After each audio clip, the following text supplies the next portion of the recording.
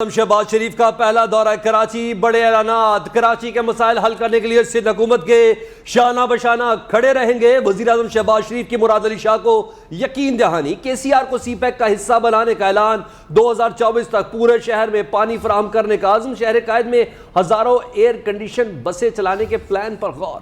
کراچی میں ایک نئی یونیورسٹی کے قیام کا بھی اعلان کر دیا۔ کے سی آر جو ہے سی پیک کا حصہ بنوائیں۔ پینے کے پانی کا مسئلہ کراچی کا وہ بہت بڑا چیلنج ہے۔ 2024 میں کوشش کریں کہ یہ منصوبہ اللہ تعالیٰ کا جو حکم ہے انسانیت کے لیے اس کے اوپر ہم عمل پیرا ہوں گے۔ ایئر کنڈیشن بسز اگر کراچی میں ہزاروں کی تعداد میں، تو ایک بہت بڑا ایک ہوگا انسینٹو فیڈرل گورنمنٹ میں جس لائق بھی ہیں، ہم انشاءاللہ ہینڈ ہولڈنگ کریں گے۔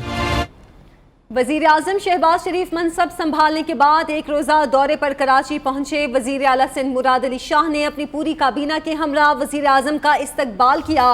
وزیر اعظم شہباز شریف نے مزار قائد پر حاضری دی اور پھولوں کی چادر چڑھائی۔ مہمانوں کی کتاب میں اپنے تاثرات بھی درج کیے، جس کے بعد وزیر اعظم پاکستان وزیر اعلیٰ ہاؤس روانہ ہو گئے، جہاں مراد علی شاہ کے ساتھ 1 on 1 ملاقات ہوئی۔ سیاسی، معاشی، کراچی کے مسائل سمیت اہم امور پر تبادلہ خیال کیا گیا۔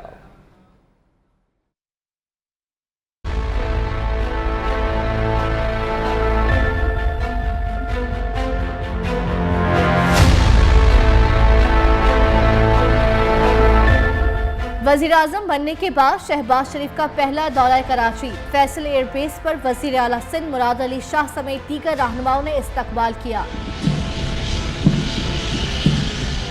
شہباز شریف کی وزیر اعلیٰ سندھ اور پارٹی رہنماؤں کے ہمراہ مزار قائد پر حاضری، فاتح خوانی اور پھولوں کی چادر چڑھائی۔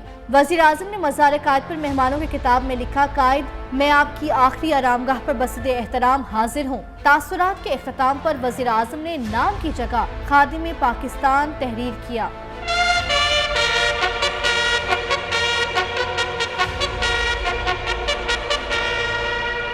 مزار قائد پر حاضری کے بعد شہباز شریف وزیر اعلیٰ ہاؤس پہنچے، جہاں نئے چیف سیکرٹری سہیل راجپوت نے وزیر اعظم کا استقبال کیا۔ وزیر اعظم شہباز شریف کی وزیر اعلیٰ سندھ سے باضابطہ ملاقات ہوئی، جس میں ملکی، سیاسی اور معاشی صورتحال اور دیگر معاملات پر گفتگو کی گئی۔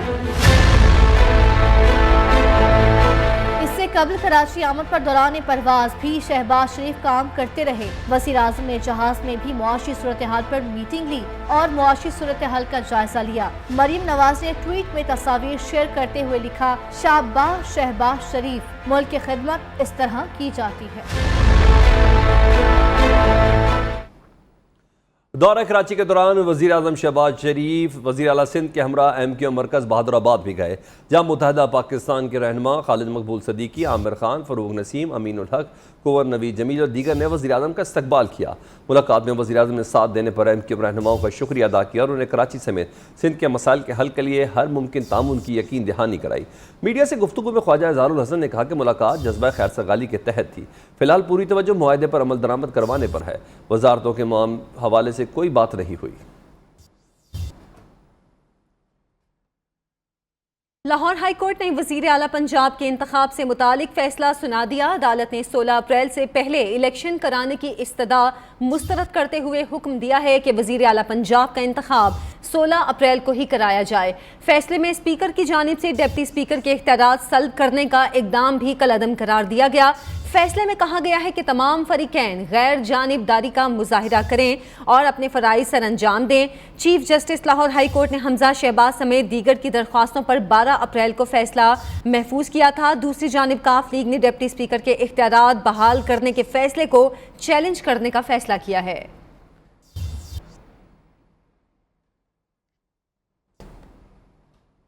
بڑی خبر دیں، اسلام آباد ہائی کورٹ کا بڑا فیصلہ، پاکستان میڈیکل کمیشن کے کونسل کو کالعدم قرار دے کر تمام ممبران کو فوری عہدے سے ہٹانے کا حکم دے دیا گیا ہے۔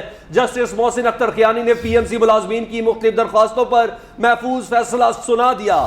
کونسل کے صدر ڈاکٹر ارشد تقی، نائب صدر محمد علی رضا ایڈوکیٹ کی تعیناتی بھی غیر قانونی قرار دے دی گئی اور انہیں فوری طور پر عہدے سے ہٹانے کا حکم دے دیا گیا ہے۔ عدالت نے قرار دیا ہے کہ پی ایم ڈی سی کے ملازمین جن کو پینشن مل چکی واپس نہیں لی جا سکتی۔ آج کی شنمائی ذیشان سید کی اس رپورٹ میں۔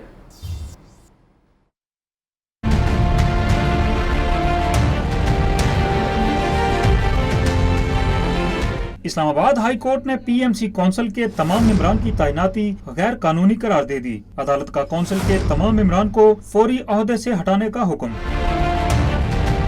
اسلام آباد ہائی کورٹ کے جسٹس محسن اختر کیانی نے پی ایم سی کونسل ممبران کی تعیناتی کے خلاف اور ملازمین کی مختلف درخواستوں پر محفوظ فیصلہ سنایا۔ کونسل کے صدر ڈاکٹر ارشد تقی، نائب صدر محمد علی رضا ایڈوکیٹ کی تعیناتی بھی غیر قانونی قرار۔ عدالت نے کونسل کے تمام ممبران کو فوری عہدے سے ہٹانے کا حکم دے دیا۔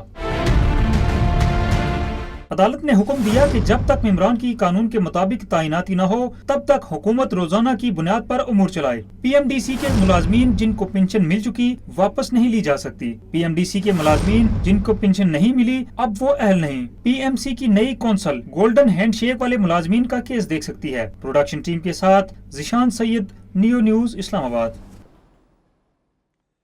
اسلام آباد ہائی کورٹ کی جانب سے پی ایم سی کونسل کے صدر ڈاکٹر ارشد تقی اور نائب صدر علی رضا سمیت تمام ممبران کی تعیناتی غیر قانونی قرار دے کر عہدوں سے فارغ کرنے کے فیصلے کے بعد ڈاکٹر تنظیموں نے اربوں کے روپے کی کرپشن میں ملوث نوشیروان برقی، علی رضا اور ڈاکٹر ارشد تقی کا نام ای سی ایل میں ڈالنے کا مطالبہ کر دیا ہے۔ ڈاکٹر تنظیموں مزید مطالبہ کیا ہے کہ جعلی کمپنی بنا کر این ایل ای اور ایم ڈی کیٹ امتحانات کی مد میں اربوں روپے ہڑپ کرنے والوں کے خلاف فوری اعلیٰ سطحی انکوائری کمیٹی تشکیل دے کر تحقیقات کا آغاز کیا جائے، ذمہ داروں کو کیفر کردار تک پہنچایا جائے۔ اتنی بڑی ہیپننگ ہو گئی، اتنا بڑا فیصلہ آ گیا۔ ڈپٹی بیورو چیف لاہور میاں نوید ہمارے ساتھ موجود ہیں، ان سے بات کرتے ہیں۔ جی میاں نوید۔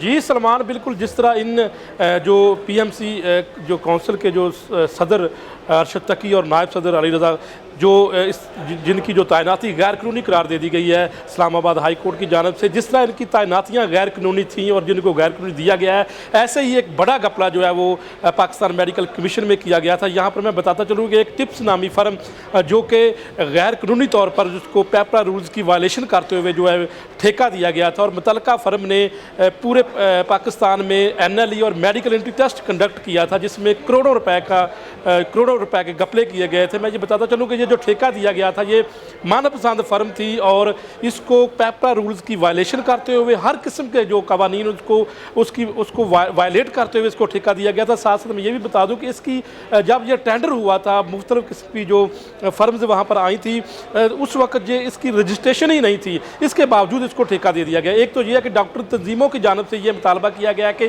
فوری طور پر سابق وزیر اعظم پاکستان عمران خان کے کزن نوشیروان برقی جو ہے اس تمام جو معاملے کے آل ان آل ہیں ان کو، اور اس کے ساتھ ساتھ صدر ڈاکٹر ارشد تقی اور نائب صدر علی رضا جو اس تمام معاملے سے مبینہ طور پر ملوث ہیں، ان کا نام جو ہے وہ ایگزیکٹ لسٹ جو ہوتی ہے اس میں ڈالا جائے تاکہ وہ بیرون ملک فرار نہ ہو سکے۔ دوسرا یہ کہ مطالبہ کیا گیا ڈاکٹر تنظیموں کی جانب سے کہ یہاں پر ایک بڑا مطالبہ یہ ہے کہ فوری طور پر ایک بڑی انکوائری کمیٹی بنا کر جو تحقیقات کی جائیں تاکہ پتہ لگ سکے کہ مبینہ طور پر جو ہے وہ اسٹوڈنٹس کے فیوچر کے ساتھ کھیلا گیا، اور وہاں پر مبینہ طور پر اربوں روپے اکٹھے کیے گئے، وہ پیسہ کہاں گیا اور وہ کہاں استعمال کیا گیا۔ یہ تمام تر جو ہے وہ معاملات کے اوپر ینگ ڈاکٹر ایسوسی ایشن پنجاب اس کے ساتھ پی ایم اے دونوں نے یہ مطالبہ کیا ہے کہ فوری طور پر جو اس کے اوپر موجودہ جو نئی حکومت آئی ہے، وزیر اعظم شہباز شریف صاحب، اس کے اوپر نوٹس لیتے ہوئے انکوائری کا آغاز کیا جائے۔ ساتھ ساتھ ان کا یہ کہنا ہے کہ ایک لمبی سٹرگل تھی، انہوں نے یہاں پر جو ہے وہ لاٹھی چارج کیا گیا، ان کے اوپر اسلام آباد پی ایم سی کے سامنے لاٹھی چارج کیا گیا، آنسو گیس ان کے اوپر پھینکا گیا۔ تمام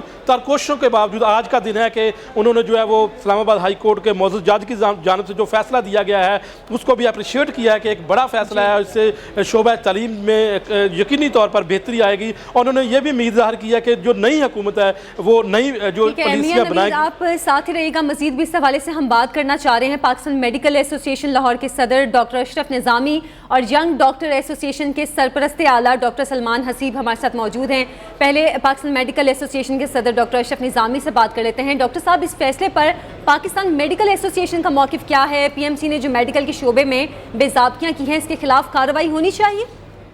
بہت بہت شکریہ جی۔ دیکھیں، میں آپ سے عرض کروں کہ آج اسلام آباد ہائی کورٹ نے جو ریٹ پٹیشن نمبر 153/2021 یہ 21 کی مطلب وہ پٹیشن ہے جس کا کہ آج انہوں نے ایک فیصلہ دیا ہے۔ I appreciate the Islamabad high court and I would like to appreciate the justice Kiani sahab کہ انہوں نے پہلے بھی اسی قسم کا فیصلہ دیا تھا جس کے اندر یہ نامزدگیاں جو تھی by the prime minister of that time ان کو انلیگل قرار دیا تھا اور کہا تھا کہ اس کا جو صحیح راستہ ہے وہ اپنانا چاہیے۔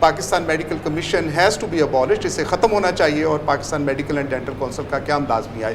تو جب میں سمجھتا ہوں کہ ابھی جو ہے اس کی شروعات ہیں، پہلا بارش کا یہ اچھا قطرہ ہے ہمارے لیے، اور انشاءاللہ یہ جو ہمارا مطالبہ ہے ایز پاکستان میڈیکل ایسوسی ایشن اور ہماری جتنی بھی سسٹر آرگنائزیشنز ہیں کہ پی ایم سی کو ختم کر کے پی ایم ڈی سی کو انڈیپینڈنٹ ٹرانسپیرنٹ جو باڈی اس کا قیام عمل میں لائے، اور یہ جو کھلواڑ کیا گیا ہے میڈیکل پروفیشن کے ساتھ اس کا خاتمہ کیا جائے اور اس کو بہتر طریقے سے پھر شروع کیا جائے جیسا کہ پہلے ہمارے ساتھ چل رہا ہے. ٹھیک ہے ڈاکٹر نظامی. ڈاکٹر سلمان یہ بتائیے گا، یہ تو طے ہے کہ پی ایم سی میں اپنوں کو ہی نوازا گیا ہے، جعلی بھرتیاں بھی ہوئی ہیں، کوئی اندازہ ہے کتنا نقصان ہوا ہوگا؟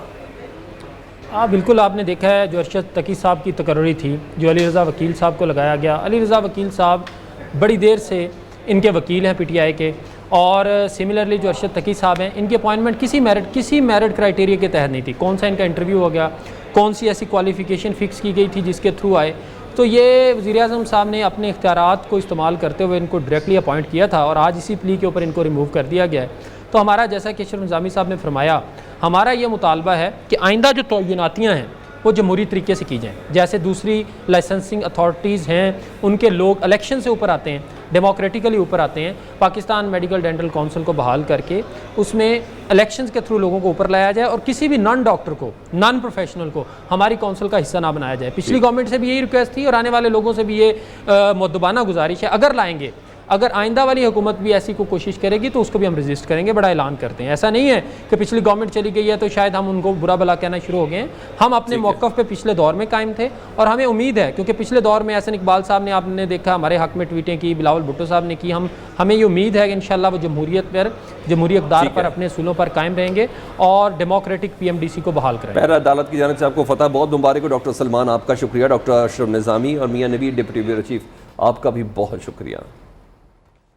اسلام آباد ہائی کورٹ کا یہ بڑا فیصلہ، پاکستان میڈیکل کمیشن کے کونسل کو کالعدم قرار دے کر تمام ممبران کو فوری عہدے سے ہٹانے کا حکم دے دیا گیا ہے. جسٹس محسن اختر کیانی نے پی ایم سی ملازمین کی مختلف درخواستوں پر محفوظ فیصلہ بالآخر سنا دیا.